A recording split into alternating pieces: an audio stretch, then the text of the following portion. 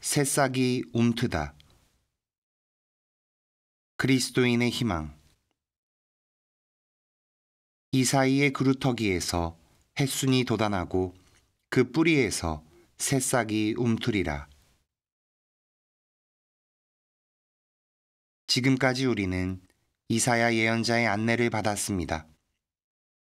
성탄이 며칠 남지 않은 오늘, 저는 성자의 강생과 함께 이 세상에 희망이 들어온 순간에 대해 좀 더 특별한 방식으로 묵상하고자 합니다. 이미 이사야 예언자는 여러 구절을 통해 메시아의 탄생에 대해 예고하신 바 있습니다. 보십시오. 젊은 여인이 잉태하여 아들을 낳고 그 이름을 임마누엘이라 할 것입니다. 그리고 이렇게 말씀하기도 하셨습니다. 이사이의 그루터기에서 햇순이 돋아나고 그 뿌리에서 새싹이 움트리라. 이 구절은 성탄의 의미를 잘 보여주고 있습니다. 하느님께서 인간이 되심으로써 우리에게 하신 약속을 이루어 주셨습니다. 그분은 당신 백성을 버리지 않으시고 당신의 신성을 벗어 던지기까지 하시며 그들 곁에 다가가셨습니다. 그럼으로써 그분은 그들을 향한 당신의 충실하심을 보여주시고 인류에게 새로운 희망을 선사하는 새로운 왕국을 시작하셨습니다. 이 새로운 희망은 다름 아닌 영원한 생명에 대한 희망입니다. 우리는 희망에 대해 말할 때 종종 인간의 힘 안에 있지 않은 것, 보이지 않는 것에 대해 언급하곤 합니다. 사실 우리가 희망하는 것은 우리의 능력과 시선 너머에 있습니다.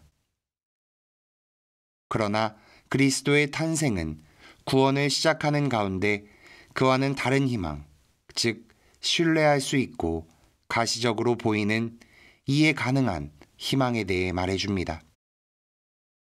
왜냐하면 그 희망은 하느님 안에 바탕을 두고 있기 때문입니다. 하느님께서 세상 안으로 들어오셔서 우리에게 당신과 더불어 걸을 수 있는 힘을 선사해 주십니다. 그리고 예수님 안에서 우리와 함께 걸으십니다. 충만한 생명을 향한 여정은 때론 힘에 부치기도 합니다. 그러나 이 여정에 그분이 함께 하시기에 우리는 이 여정을 통해 새로운 방식으로 존재할 수 있는 힘을 선사받습니다. 따라서 그리스도인에게 있어 희망이란 늘 우리를 기다리시는 아버지 하느님을 향하여 그리스도와 함께 걷는 것을 의미합니다. 희망은 결코 멈추지 않습니다. 희망은 우리의 여정 중에 언제나 존재하며 우리로 하여금 한 발짝 더 나아가게 합니다. 베들레헴의 아기 예수께서 우리에게 선사해 주는 이 희망은 현재를 위한 원대한 목표, 즉 인류를 위한 구원, 자비하신 하느님께 자신을 내어 맡기는 사람을 위한 지복을 제공해 줍니다. 바오로 사도는 이 모든 것을 다음과 같은 표현으로 종합했습니다. 우리는 희망으로 구원을 받았습니다. 다시 말해, 우리는 희망과 더불어 이 세상을 걷는 가운데 구원되었습니다. 여기서 우리 각자는 다음과 같이 질문할 수 있습니다. 과연 나는 희망과 함께 걷고 있는가? 혹여 나의 내적 생활이 멈춰서고 폐쇄된 상태에 있는 것은 아닌가? 혹여 나의 마음은 서랍처럼 굳게 닫혀 있는가? 아니면 혼자가 아니라 예수님과 함께 여정을 걷도록 희망을 향해 활짝 열린 서랍 같은가. 대림 시기 동안 그리스도교 신자들의 집에는 아시시의 프란치스코 성인까지 거슬러 올라가는 전통에 따라 구유가 준비됩니다. 구유는 그 단순한 모습과 더불어 희망을 전해줍니다. 구유에 등장하는 각각의 인물은 이 희망의 분위기에 잠겨 있습니다. 예수님께서 탄생하신 장소인 베들레헴으로 가봅시다. 베들레헴은 유다 지방에 있는 작은 마을입니다. 이곳은 예수님께서 태어나시기 1000년 전 하느님께서 이스라엘의 왕으로 간택하신 목동 다윗이 태어난 곳이기도 합니다. 베들레헴은 중요한 도시가 아닙니다.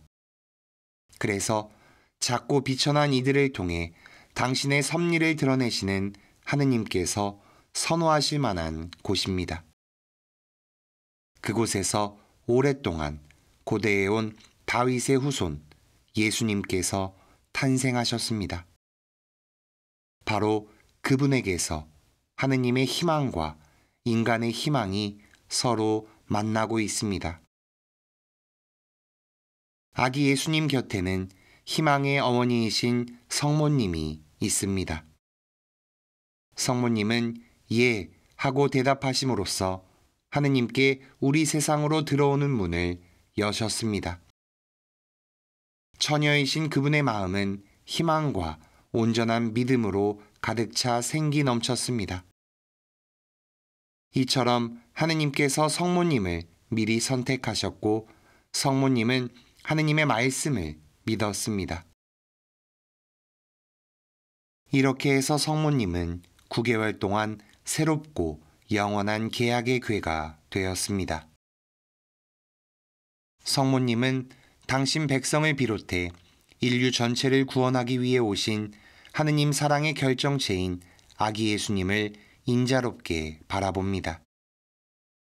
성모님 곁에는 이사이와 다윗의 자손인 요셉 성인이 서 있습니다. 그 또한 마리아가 성령으로 잉태한 것이라는 천사의 말을 믿었습니다. 요셉 성인은 하느님께서 친히 아이의 이름을 예수라 부르도록 명하신 것에 대해 묵상하고 있습니다. 그 이름에는 모든 사람을 위한 희망이 담겨 있습니다. 왜냐하면 하느님께서 이 아기를 통해 인류를 죄와 죽음으로부터 구원해 주실 것이기 때문입니다. 그래서 구유를 바라보는 것은 중요합니다. 또한 목동들도 구유 곁에 머물러 있습니다. 목동들은 이스라엘의 위로이자 예루살렘의 구원인 메시아를 고대해온 비천하고 가난한 이들을 대표합니다. 그들은 아기 예수님 안에서 하느님의 약속이 이루어지는 것을 보았고 마침내 하느님의 구원이 본인들에게 이르게 될 것을 희망했습니다. 자신이 마련한 안락함, 특히 물질적인 것에 기대는 사람은 하느님으로부터 오는 구원을 바라지도 않고 기다리지도 않습니다. 이 점을 잘 기억해야 합니다. 물질적인 풍요로움은 우리를 구원해 줄 수 없습니다. 우리를 구원해 주리라는 유일한 보장은 하느님 가운데 희망하는 것 뿐입니다. 이 희망은 강하기 때문에 우리를 구원하며 인생의 여정을 기쁘게 걷게 해 줍니다. 또한 선을 행하려는 원이, 영원히 행복하고자 하는 원이와 함께 이 여정을 걷게 해 줍니다.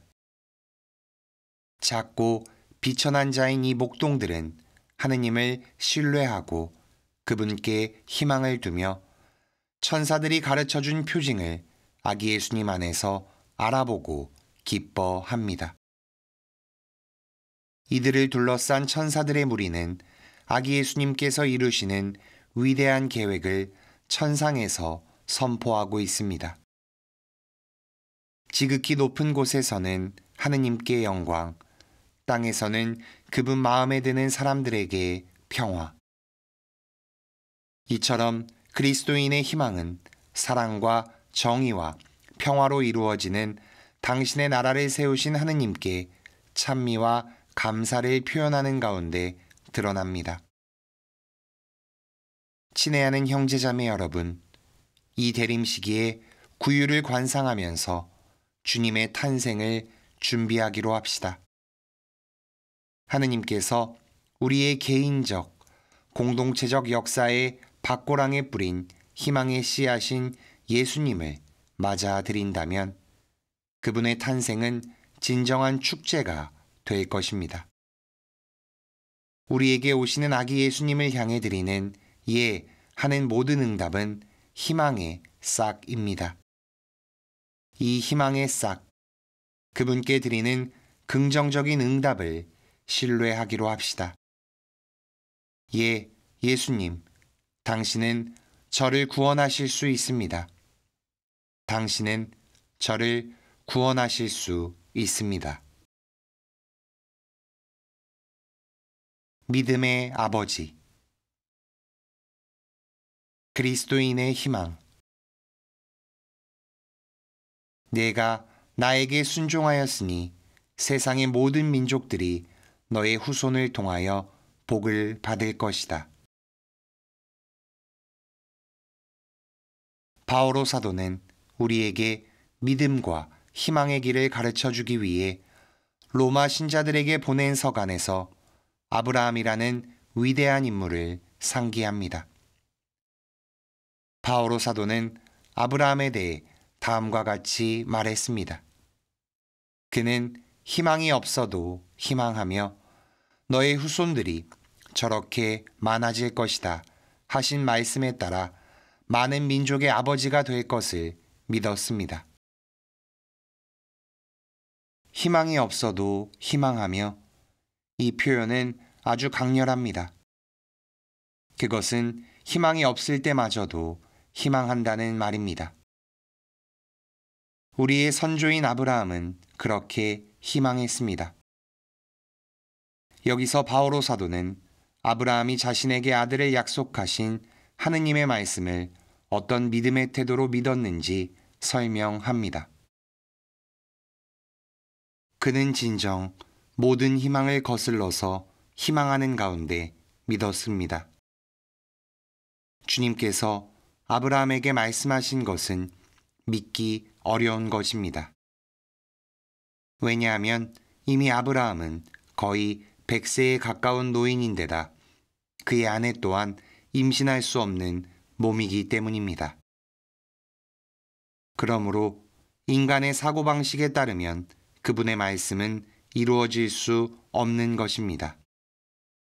믿기 힘든 일이었으나 하느님께서는 참으로 그렇게 말씀하셨습니다. 그리고 아브라함은 인간적인 희망이 없는 상황임에도 그 말씀을 믿었습니다. 아브라함은 그분의 약속을 신뢰했고 이방인이 되는 자신의 운명을 받아들여 고향을 떠났습니다. 그리고 90살의 노인인 사라가 임신할 수 없는 몸임에도 불구하고 하느님께서 자신에게 주시기로 한 그 불가능한 아들을 받게 되리라 희망했습니다. 그의 믿음은 외견상 납득할 수 없는 것을 향한 희망으로 이어졌습니다. 그 믿음은 인간적인 논리, 세상의 지혜와 현명함, 그리고 흔히 상식적인 것의 한계를 초월하는 능력입니다. 희망은 새로운 지평을 열어젖히며 상상조차 할 수 없는 일을 꿈꾸게 합니다. 또한 미래의 빛을 바라보는 가운데 불확실하고 어두운 상태 속에서도 나아가게 해줍니다. 이 망덕은 얼마나 아름다운지 모릅니다. 이 덕은 우리가 인생의 여정에서 굳건히 걸어가게 하는 많은 힘을 전해줍니다. 그러나 계속해서 희망을 굳게 가지는 것은 어려운 길입니다. 아브라함에게도 좌절로 인한 위기의 순간이 찾아왔습니다. 그는 주님을 신뢰하며 자신이 가진 모든 것을 버리고 하느님이 가르쳐 주신 곳으로 갔습니다. 그 시절에 여행을 한다는 것은 오늘날과 다릅니다. 요즘에는 비행기를 타고 몇 시간 정도 지나면 목적지에 도착하게 되지만 그 당시에는 몇 달 혹은 몇 년이 걸리곤 했습니다. 그 과정에서 많은 시간이 흘렀습니다. 아브라함에게 아들은 주어지지 않았고 사라의 태는 더 이상 임신하지 못한 채 다쳐 버렸습니다. 아브라함은 주님과 함께 슬퍼했습니다. 그렇다고 그가 인내심을 잃어버린 것은 아닙니다. 주님과 함께 애석해 하는 것은 일종의 기도하는 방식입니다. 우리는 신앙의 선조인 아브라함으로부터 이 점을 배워야 합니다. 신자들이 고해성사 때 이렇게 말하는 것을 듣게 되면 종종 유감을 느끼곤 합니다. 저는 주님과 함께 슬퍼했습니다. 저는 이 말에 이렇게 대답합니다. 아닙니다. 주님과 함께 슬퍼하세요. 그분은 여러분과 함께 계시는 아버지이십니다. 아브라함은 주님과 함께 슬퍼하며 이렇게 말합니다. 주 하느님, 저는 자식 없이 살아가는 몸, 제 집안의 상속자는 다마스쿠스 사람 엘리에제르가 될 것입니다. 그리고 이렇게 덧붙입니다. 저를 보십시오. 당신께서 자식을 주지 않으셔서 제 집의 종이 저를 상속하게 되었습니다. 그러나 주님께서 그에게 다음과 같이 말씀하십니다. 그가 너를 상속하지 못할 것이다. 내 몸에서 나온 아이가 너를 상속할 것이다. 그러고는 그를 밖으로 데리고 나가서 말씀하셨다. 하늘을 쳐다보아라. 내가 셀 수 있거든 저 별들을 세어보아라. 그에게 또 말씀하셨다. 너의 후손이 저렇게 많아질 것이다. 아브라함이 주님을 믿으니 주님께서 그 믿음을 의로움으로 인정해 주셨다.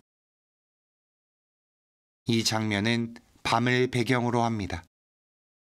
아브라함의 마음 안에는 불가능한 것을 계속 희망하고 바라며 부딪힌 실망과 좌절, 그리고 난관이란 어두움이 있었습니다.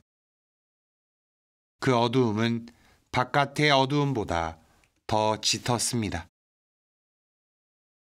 시간이 흘러 아브라함은 더 나이가 들어 아들을 가질 수 없을 듯 보였고 그의 종이 모든 유산을 물려받을 것이었습니다. 그의 마음이 주님께 향하여 있고 그분과 함께 이야기하고 있어도 아브라함은 주님께서 멀리 계신 것처럼 느꼈습니다.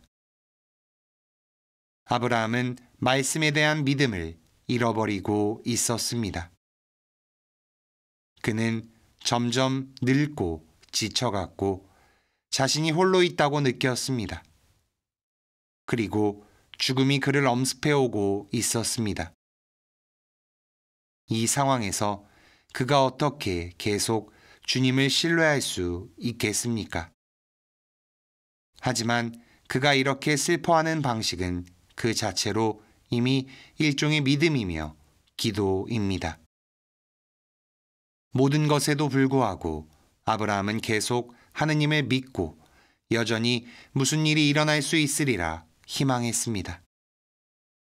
그렇지 않다면 왜 주님께 질문하고 투덜거리며 그분께 당신이 하신 약속을 상기시키겠습니까?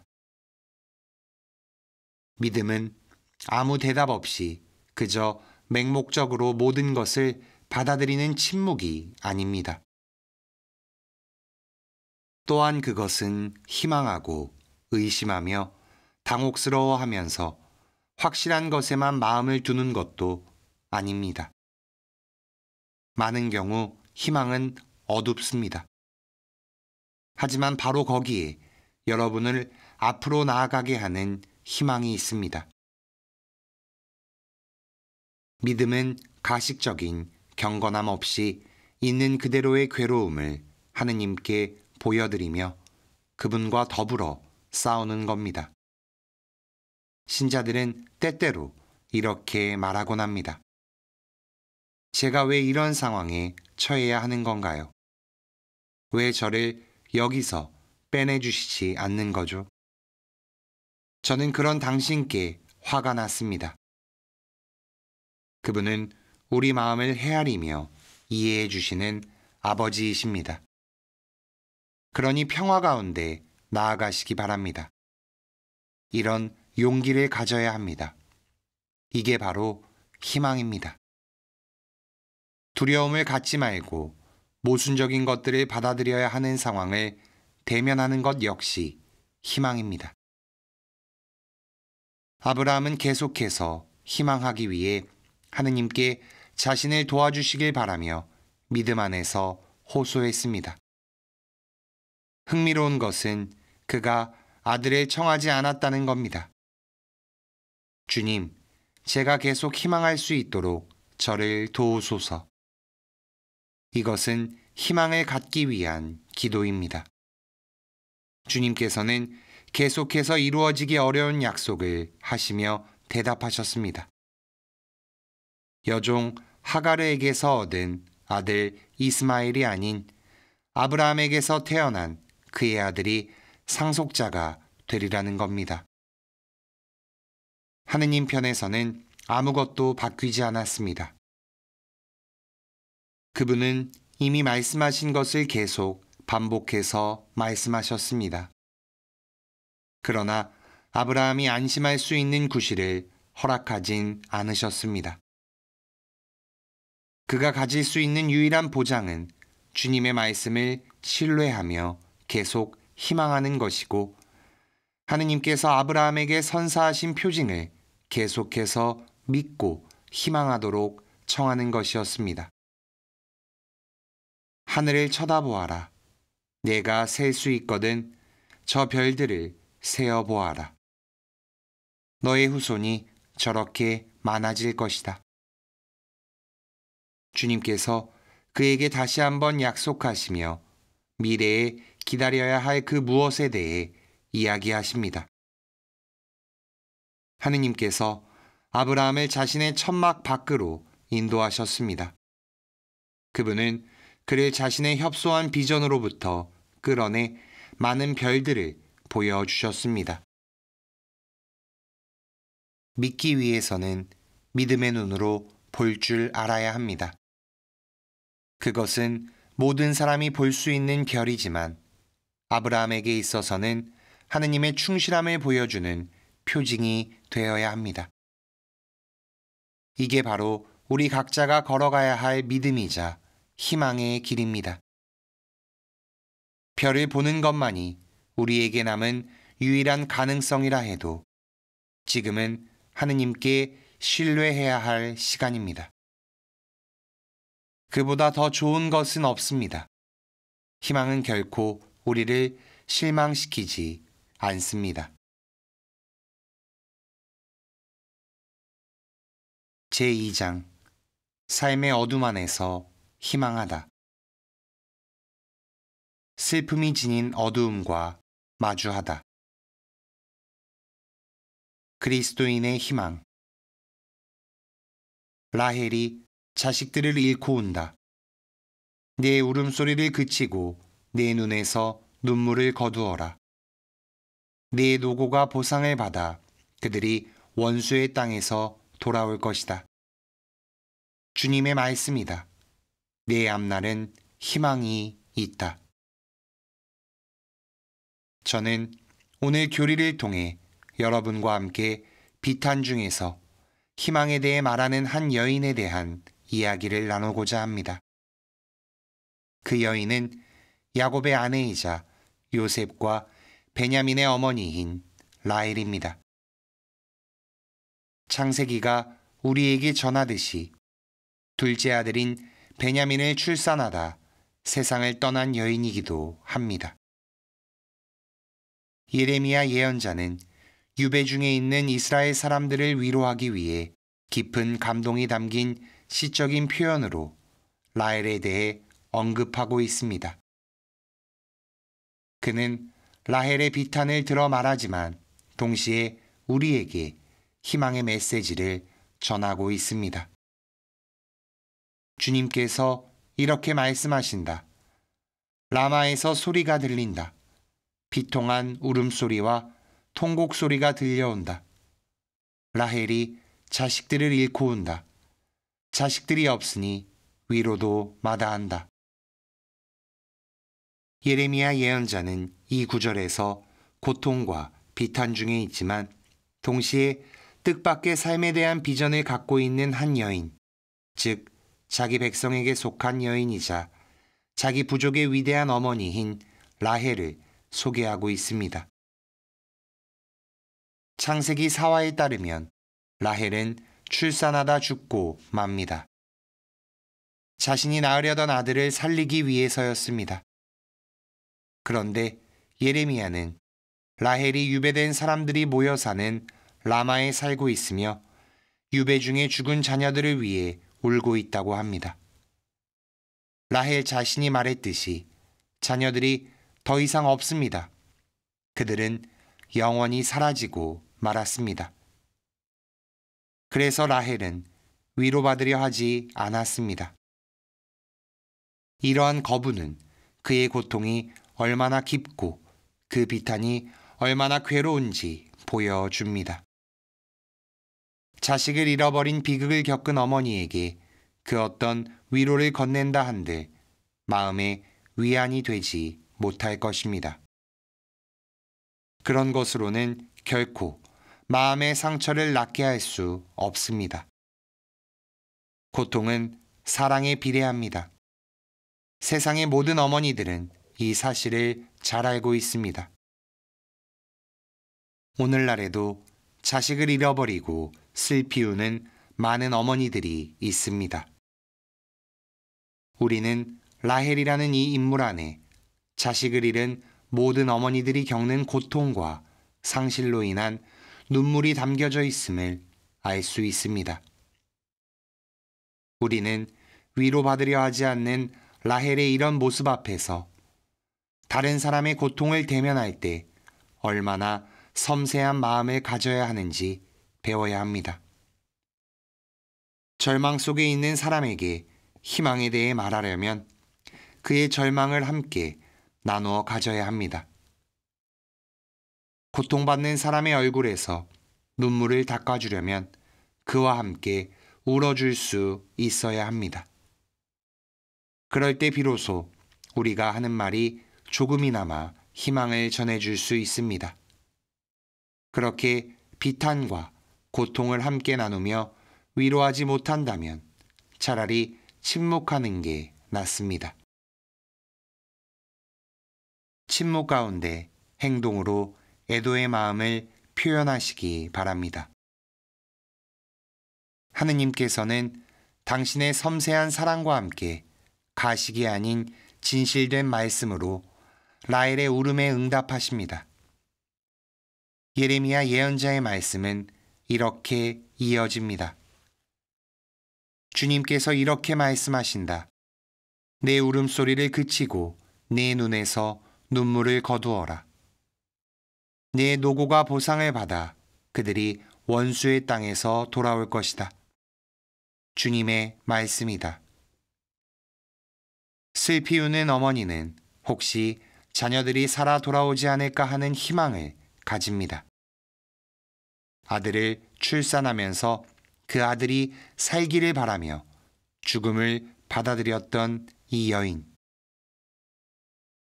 그는 울며 고향에서 멀리 떨어져 있는 유배 중에 있던 자녀들, 포로로 갇혀 있던 자녀들에게 새로운 생명의 시작이 되어줍니다. 주님께서는 비통하게 울며 고통스러워하는 라헬에게 응답하셨고 약속하셨습니다. 이제 이 약속은 그에게 진정한 위로가 됩니다. 이스라엘 백성은 유배에서 돌아와 신앙 안에서 자유롭게 지내며 하느님과의 관계 속에서 살아갈 수 있습니다. 눈물이 희망을 탄생시켰습니다. 우리의 머리로는 이해하기 어렵지만 그건 사실입니다. 많은 경우 우리의 삶에서 눈물은 희망을 뿌려줍니다. 그것은 희망의 씨앗입니다. 익히 아시는 것처럼 훗날 마테오 복음사가는 예레미야 예언자의 이 말씀을 다시 취해서 무죄한 어린아이들의 학살을 언급하는 데 사용했습니다. 마테오 복음서의 이 말씀은 우리로 하여금 무방비한 사람들에 대한 살해라는 비극과 생명을 천시하고 억압하는 권력의 공포와 대면하게 합니다. 베들레헴의 어린아이들은 예수님으로 인해 살해되었습니다. 그 후 무죄한 어린 양이신 예수님께서 우리 모두로 인해 돌아가셨습니다. 하느님의 아드님께서 사람들의 고통 속으로 들어오신 것입니다. 우리는 이 점을 잊어선 안 됩니다. 오래전 누군가 제게 이런 질문을 한 일이 있습니다. 신부님, 말해주세요. 왜 어린아이들이 고통을 받아야 하는 겁니까? 저는 이렇게 대답했습니다. 십자가에 못 박히신 예수님을 바라보세요. 하느님께서 우리에게 사랑하는 당신 아드님을 내어주셨습니다. 그분은 고통받으셨지요. 아마도 그 사실에서 해답을 찾으실 수 있을 겁니다. 우리의 이성이 가리키는 이 세상에서 명확한 해답은 없습니다. 오직 우리를 위해 당신의 생명을 선물해 주신 그리스도의 사랑만이 위로의 길을 제시합니다. 우리에게 그분의 죽음이 의미하는 바는 그저 슬픔과 비탄만이 아닙니다. 그리스도께서는 우리의 죽음을 받아들이시고 죄를 짊어지심으로써 인류의 고통 속으로 들어오셨습니다. 십자가 위에서 죽어가던 성자, 바로 그분께서 당신 어머니를 요한 사도에게 맡기고 그분을 신자들로 구성된 하느님 백성의 어머니가 되게 하심으로써 새로운 풍요로움을 교회에 선사해 주셨습니다. 이제 죽음은 극복되고 예레미야의 예언이 이루어졌습니다. 라헬의 눈물처럼 성모님의 눈물 또한 희망과 새로운 생명을 낳았습니다. 그러므로 다 함께 성모님께 감사드려야겠습니다.